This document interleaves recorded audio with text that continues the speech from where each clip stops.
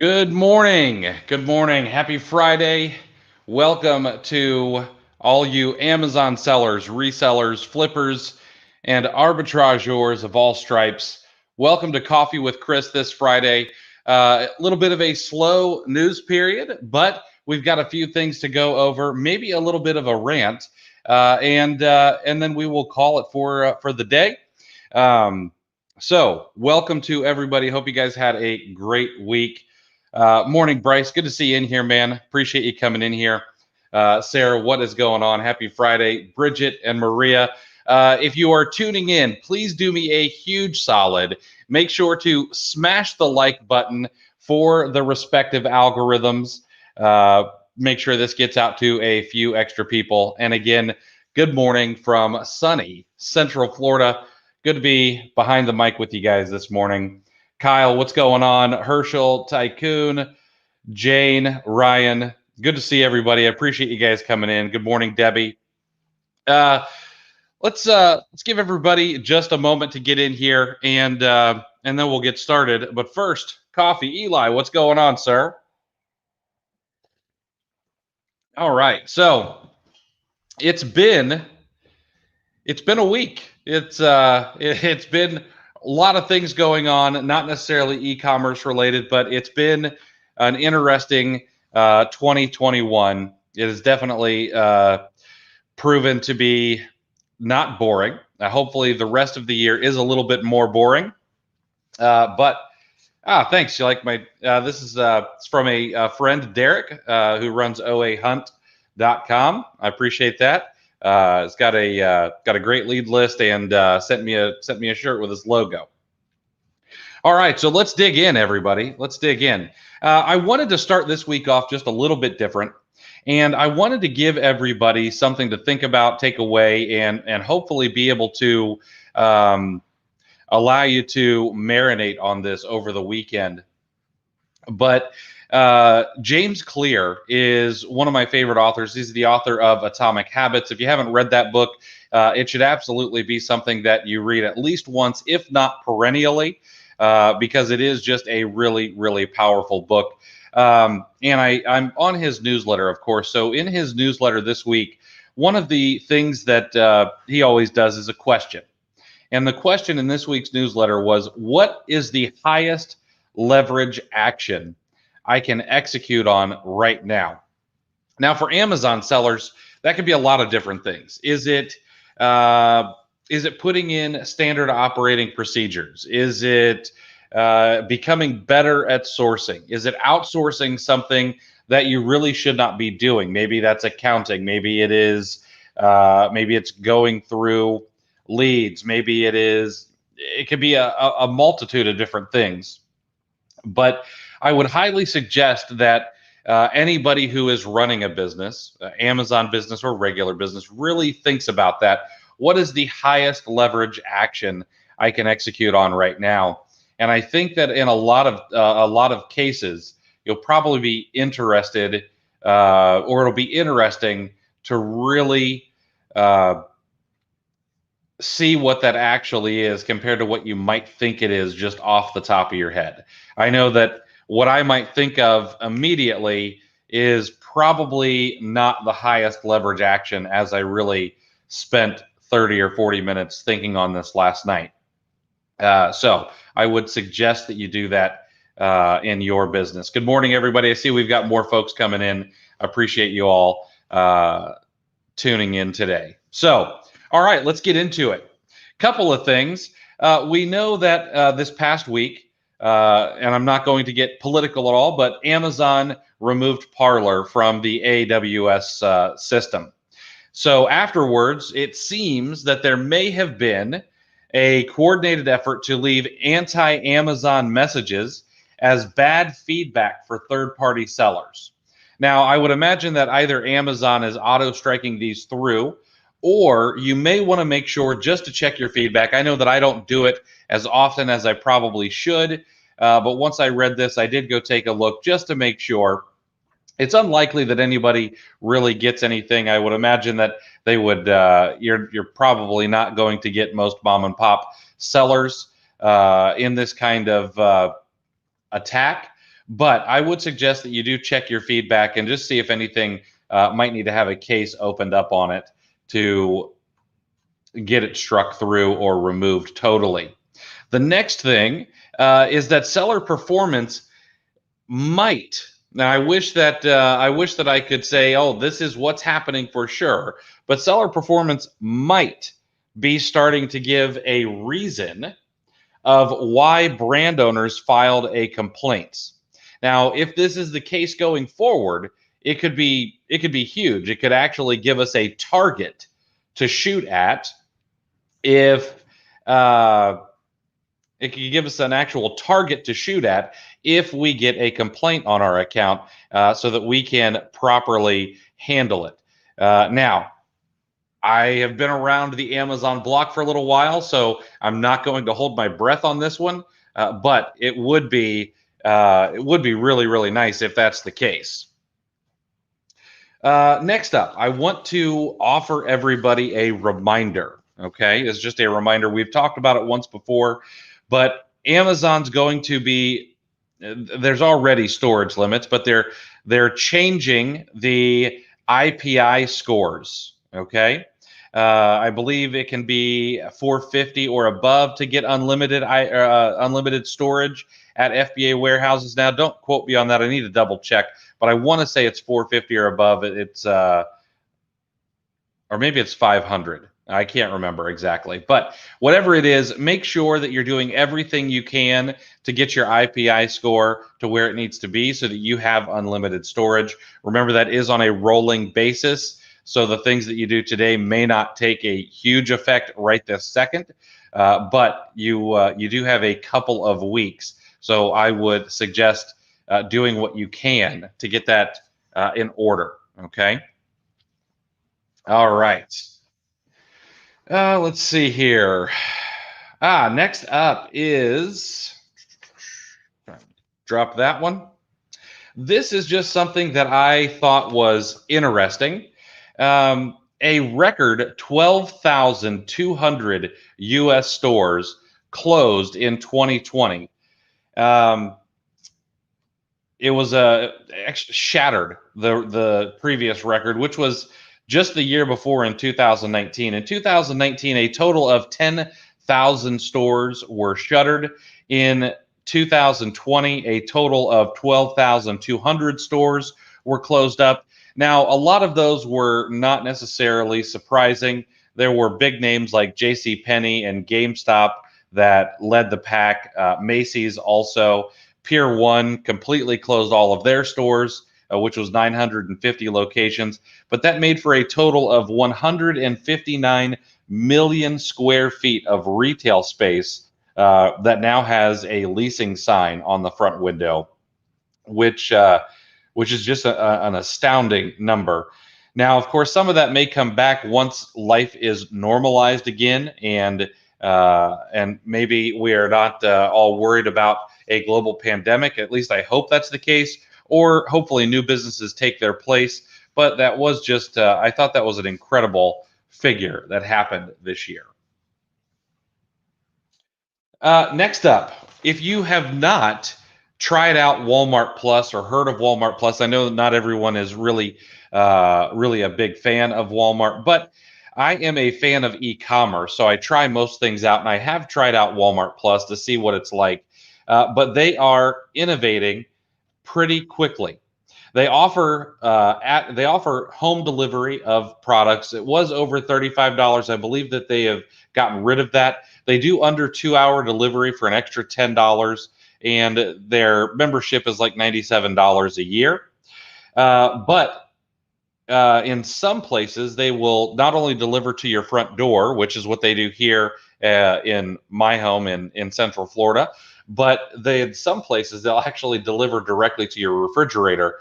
But starting early this year, they're actually going to be using something called a home valet as a test. And what this will be is a smart cooler outside of your house where they can deliver cold groceries into a temperature-controlled box to keep them fresh if you're not at home or anything like that, called the home valet.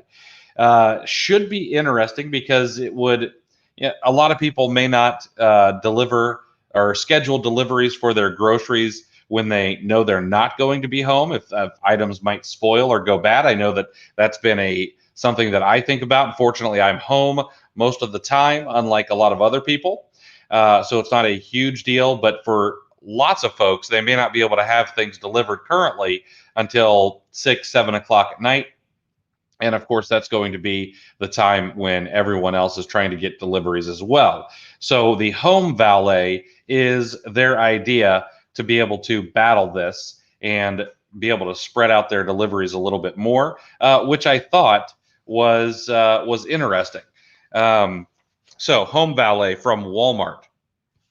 Now, the biggest news of the day is oh yeah, Bridget, it really is pretty sick. I went and picked up dinner for my family the other night at what was once an incredibly popular uh, kind of outdoor mall area nearby us, and driving through the amount of stores that I saw with for lease signs that used to be thriving little shops. I saw McCormick and Schmick had closed up their doors. The Regal Cinema, of course, has closed all of their locations.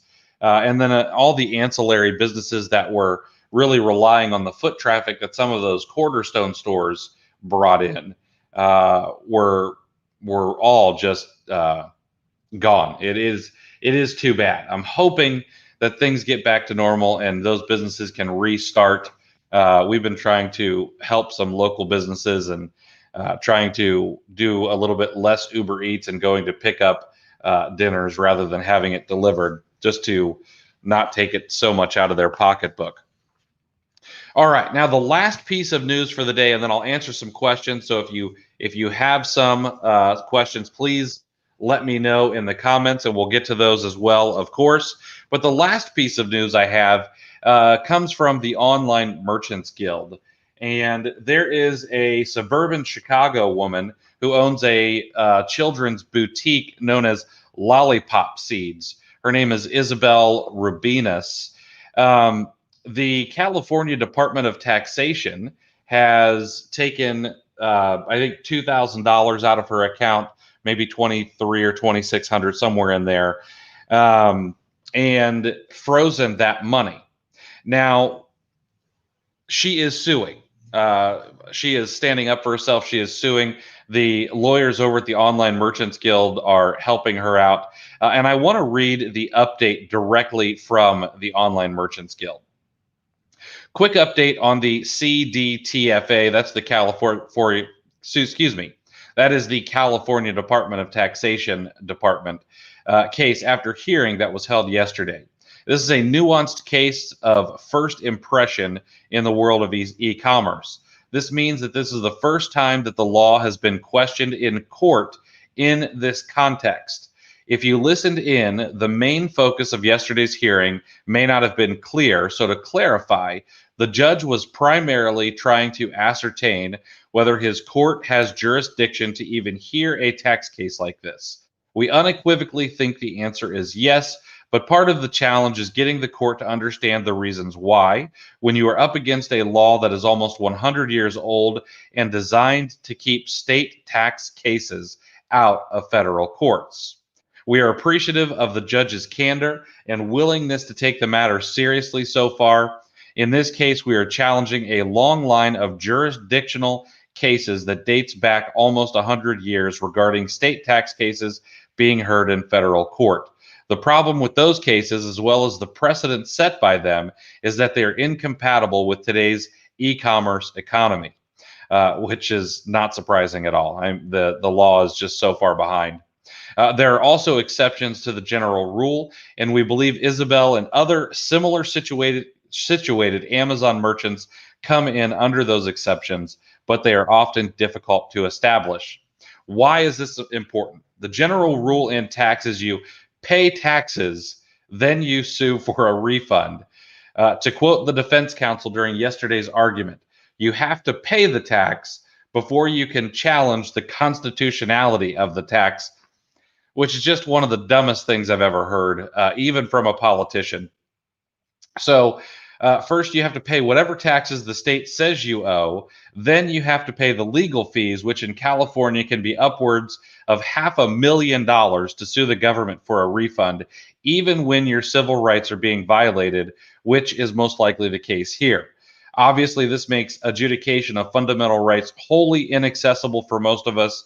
We believe it's important to establish as precedent that when a state you have no contact with, i.e., not your home state, or a state you have direct connection to, invades the sovereignty of another state by going after small businesses in that state, those businesses should have a remedy, a right to seek sanctuary in the federal courts of your home state. So, one of the reasons I want to bring this up is, unfortunately, none of us are immune to something like this. It's going to be a difficult case. It's going to be an interesting case. And unfortunately, because the law is so antiquated compared to what we're living in and what we do with intrastate e-commerce, it's going to be really interesting. Now, fortunately, Amazon has taken a lot of steps to be able to collect sales tax on our behalf in lots of locations. Unfortunately, Florida is still not one of those locations where Amazon has marketplace facilitator. But going forward, hopefully this will be less of an issue.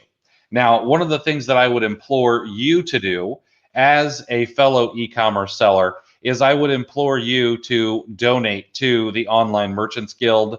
They didn't ask me to ask you to do this or anything like that, but I believe in their cause. I think that they have a good track record of sticking up for us as e-commerce sellers. And the one thing that we really don't have as e-commerce sellers is a united front.